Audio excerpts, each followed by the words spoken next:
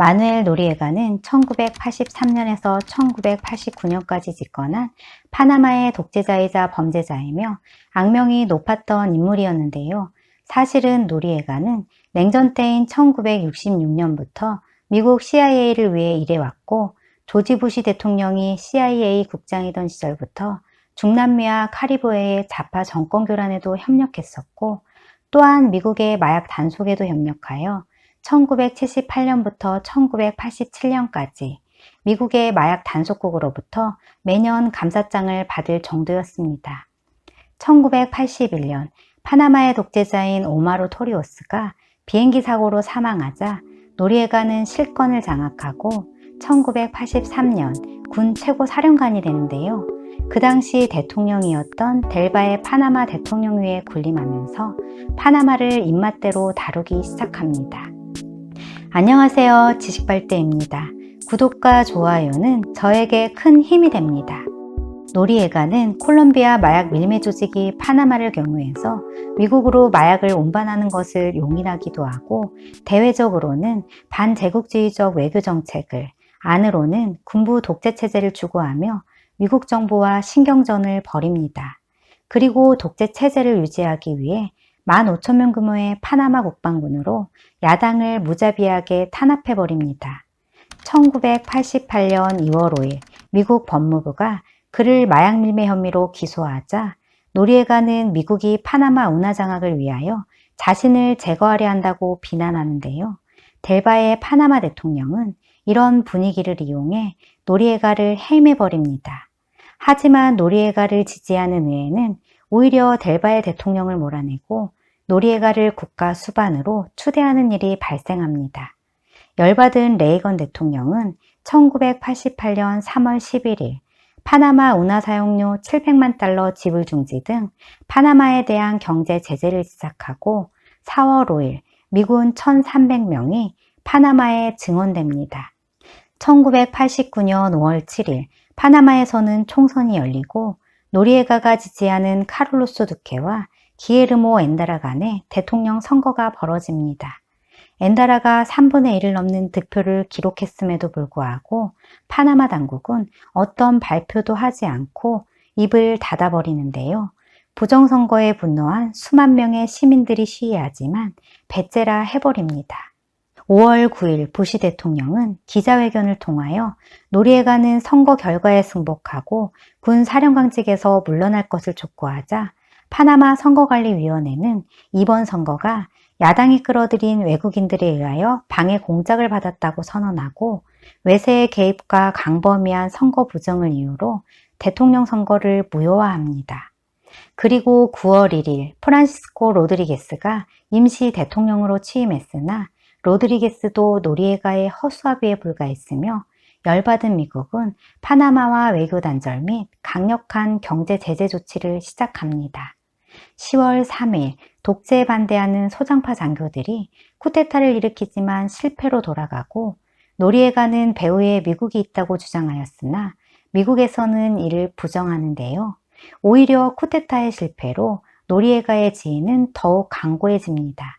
10월 3일 쿠데타에서 베이커 국무장관과 딕 체니 국방장관이 파나마 주둔 미군 사령관에게 무력 사용 없이 노리에가를 체포할 것을 지시했다는 것이 밝혀져 파나마는 미국의 침략에 대처한다며 전시법을 선포하는데요.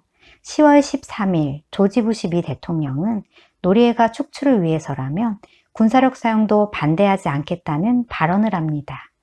그리고 파나마를 겨냥하여 미국 내 기관에 각종 권한이 부여되었고, 27일에는 미 상원정보위원회가 CIA의 외국 쿠데타 개입 규제를 완화하기로 합의합니다. 1989년 12월 8일 미국 라스베거스에서 WBC 슈퍼미들급 챔피언십 대회가 열리는데, 공교롭게도 이 대회는 미국의 슈거레이 레너드와 파나마의 로베르토 두란의 대결이었고, 노리에가는 이 타이틀전을 미국 제국주의에 대한 대항전이라고 선언하며 여러 방송국을 통하여 동시 중계하도록 지시하고 애국심 고치에 활용합니다.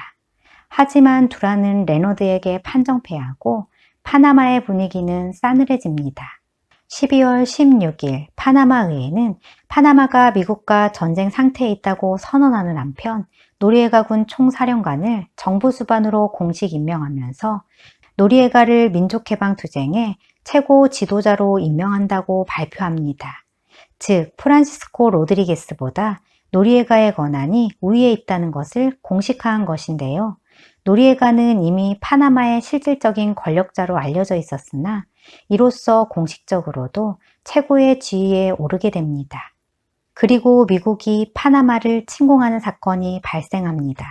12월 16일 밤 파나마에서 미군 장교 한 명이 살해되었고 18일에는 미군 장교 한 명이 파나마 교통경찰의 총격으로 부상을 입은 사건이 발생하여 긴장감이 감돌기 시작합니다. 1989년 12월 20일 미국에서는 새벽에 전격적으로 파나마를 공격합니다.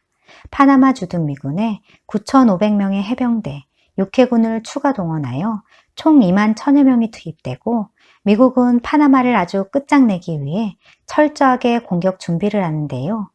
F-117 스텔스 폭격기, AH-64 아파치 공격 헬기 등 최신 장비까지 동원됩니다. 당시 파나마군은 15,400명이었고 장비도 형편없었기에 수도인 파나마시티는 순식간에 함락됩니다. 미국은 기에르모 엔다라를 수반으로 하는 친미 정권을 승인하고 기존에 발효했던 대파나마 경제 제재를 모두 해제합니다. 마누엘 노리에가는 국영 라디오 방송을 통하여 우리는 지금 참호전을 수행하고 있으며 우리의 저항은 계속될 것이다 라고 연설을 합니다. 하지만 3일간의 파나마군은 산발적인 저항을 계속했지만 이미 대세는 기울어졌고 노리에가가 바티칸 대사관으로 도피하면서 전투는 미군의 승리로 마무리됩니다. 12월 24일 오전 마누엘 노리에가는 파나마 시내의 바티칸 대사관에 나타나 바티칸으로의 망명을 요청하는데요. 기에르모 엔다라 파나마 대통령은 요한 바흐로 2세 앞으로 서한을 보내 노리에가를 내놓는 것이 파나마인의 생명을 구하는 길이며 그와 추종자들이 저항을 계속하지 못하도록 부탁합니다. 미국은 외교적으로 교황청에게 강력한 압력을 넣는 한편 교황청 대사관을 탱크와 철조망으로 포위하고 장갑차를 가져다 놓고 공회전을 시킵니다. 그리고 대형 확성기를 설치하여 24시간 내내 헤비메탈, 락 음악을 대형 스피커로 틀어놓는데 소음에 견디지 못했는지 노리에가는 바티칸의 중재로 미군에 투항합니다. 1990년 1월 3일 노리에가는 밤 8시 50분에 교황청 대사관에서 나와 마약 단속국 요원들에게 체포되었고 헬리콥터에 실려 미군 기지로 갑니다. 그의 집무실에서는 사용한 흔적이 있는 마약과 포르노 잡지가 널려 있었고 미군은 그것을 세계 언론에 공개하는데요. 이것은 미국이 노리에가의 이미지를 떨어뜨리기 위해 미군이 꾸민 일이었다는 주장도 있습니다. 조지 부시 미국 대통령은 긴급 기자회견에서 노리에가가 자발적으로 미국에 투항하였고 마이애미에서 마약 밀매 혐의로 재판을 받게 될 것임을 밝힙니다. 마이애미 연방법원에서 미국 내 코카인 밀거래와 공갈, 돈 세탁 혐의로 유죄를 선고받고 19년간 복역하지만 전쟁 포로로 특별 대우를 받았는데요. 텔레비전과 편의시설을 갖춘 주택에서 형기를 마친 것이 알려져 논란이 되기도 합니다. 2007년 9월 징역이 끝난 뒤 2010년 4월 프랑스로 송환돼 프랑스 은행을 통해 마약 자금을 세탁한 혐의 등으로 7년형을 선고받고 파리에서 복역합니다.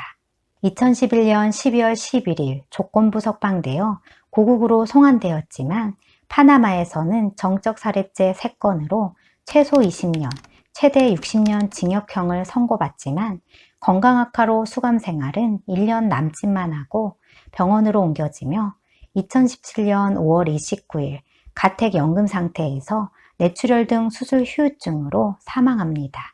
노리에가 정권은 붕괴되고 이후 파나마에는 기에르모 대통령이 집권하게 되지만 기에르모 정부의 무능함으로 전국 혼란은 가중되고 유엔에서는 미국의 파나마 침공을 비난하는 결의안이 채택됩니다.